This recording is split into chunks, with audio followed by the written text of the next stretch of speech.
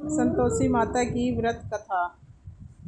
माना जाता है कि ये कथा पढ़ने बिना संतोषी माता का व्रत अधूरा रहता है।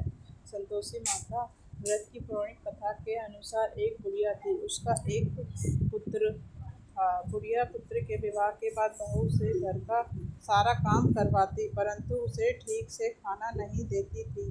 यह सब लड़का देख माँ पर कुछ नहीं कर सकता था। वह कुछ नहीं कर सकता था। बहुत दिन भर काम में लगी रहती। उपले थापती, रोटी रसोई करती, बर्तन साफ करती, कपड़े धोती। इससे वह सारा काम कराती और समय बीत जाता। काफी सोच विचार एक दिन लड़का माँ से बोला, माँ मैं परदेश जा रहा हूँ। माँ को बेटे की बात पसंद आ गई तो उसने जाने की आज्ञा दे दी। इसके बाद वह अपनी पत्नी के पास जाकर बोला, मैं प्रदेश जा रहा हूँ, अपनी निशानी दे दो। बहू बोली, मेरे पास तो निशानी देने योग्य कुछ भी नहीं है। यह कहकर वह पति के चरण में गिरकर रोने लगी। इससे पति के जूतों पे गोबर के सने हाथ छाप बन गए। कुछ दिनों बाद पुत्र के जाने के बाद सास के अत्याचार बढ़ते गए। एक दिन बहू दुखी हो मंदिर चली गई। वहाँ उसने देखा कि बहुत सी स्त्रियां पूजा कर रही हैं। उसने स्त्रियों से व्रत के बारे में जानकारी ली। वह बोली कि हम संतोषी माता का व्रत कर रहे हैं, इससे सभी प्रकार के कष्टों का नाश होता है। स्त्री ने बताया, शुक्रवार को नहा धोकर एक लोटे में शुद्ध जल, गुड़, चने का प्रसाद लेना। सच्चे मन से माँ की पूजा करनी चाहिए। खटाई भूल कर भी मत खाना।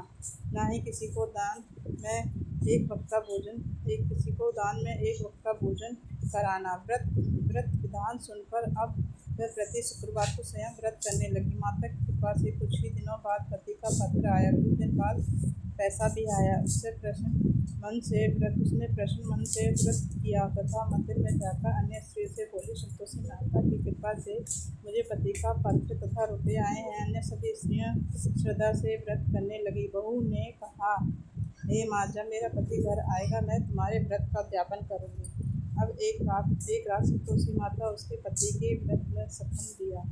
कहा कि तुम अपने घर क्यों नहीं जाते? तो वह कहने लगा, सेठ का सारा सामान बिका नहीं है, रुपये अभी आए नहीं है। उसने सेठ को शॉपिंग की सारी बात कही और घर जाने की इजाज़त मांगी।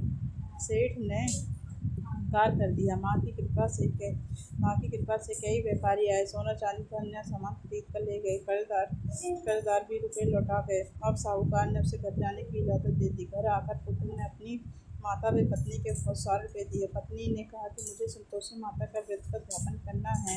उसने सभी को न्योता दिया। उद्यापन की सारी तैयारी की। पड़ोस की एक स्त्री के सुख को देखकर ईर्ष्या करने लगी। उसने अपने बच्चे को सिखा दिया कि तुम भोजन में खटाई जरूर मांगना। उद्यापन के समय खाना खाते खाते बच्चे की खटाई के लिए मचल उठा। तो बहू ने पैसा देकर उन्हें बुलाया। बच्चे को दुकान में पैसों की इमली खटाई खरीद कर खाने लगी तो बहू माता ने प्रकोप कर दिया। राजा के दूत उसके पति को पकड़कर ले जाने लगे। तो उसने बताया कि उद्यापन में बच्चे ने पैसे की इमली खटाई खाई। तो बहू ने पुनः व्रत के उद्यापन का संकल्प किया। संकल्प के बाद वह मंदिर से निकली तो राह में पति दिखाई दिया। पति बोला, इतना धन जो कमाया उसका सारा राजा ने मांगा है। अगले शुक्रवार को उसने फिर से विधि विधान व्रत का उद्यापन किया। इससे संतोषी माता प्रसन्न हुई और 9 माह बाद चांद सा सुंदर पुत्र पैदा हुआ। अब सास, बहू तथा बेटा माँ की कृपा से आनंद से रह रहे हैं।